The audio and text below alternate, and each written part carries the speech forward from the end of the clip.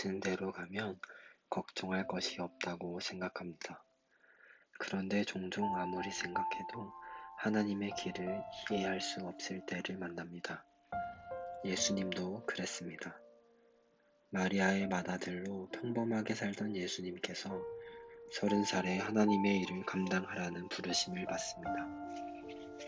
그렇게 예수님은 하나님의 아들로서 하나님께 이끌리는 삶을 시작하셨습니다. 그런 예수님께 내려진 하나님의 첫 번째 명령은 무엇이었습니까? 세례 요한에게 가서 세례를 받는 것이었습니다.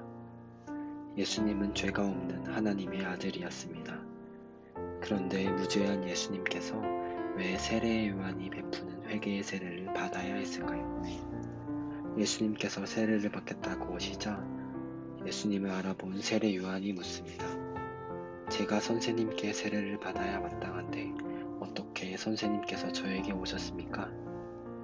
그러자 예수님은 이렇게 대답하십니다. 지금은 그렇게 하도록 하십시오. 이렇게 하여 우리가 모든 의를 이루는 것이 옳습니다. 여기서 주목할 표현이 의를 이룬다는 표현입니다. 성경에서 의를 이룬다는 말은 하나님께서 원하시는 일을 행하는 것을 말합니다. 그런 점에서 세례로 모든 일을 이루자는 말씀은 세례를 받는 것이 하나님의 뜻이니 그렇게 하자는 것입니다. 그래서 예수님은 요한의 세례를 받으십니다. 그랬더니 어떤 일이 벌어졌습니까?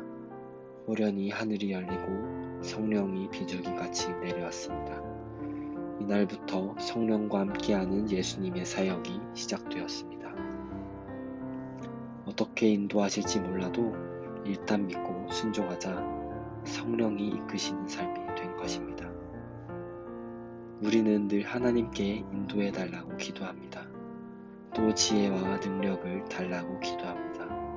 그런데 그렇게 기도하면서 진심으로 하나님을 믿고 의지하고 있나요?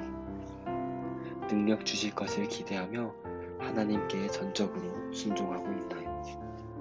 내 손을 펴서 하나님을 잡으면 막힌 길을 열어주시고 능력까지 부어주실 하나님, 그 하나님을 따라갑시다.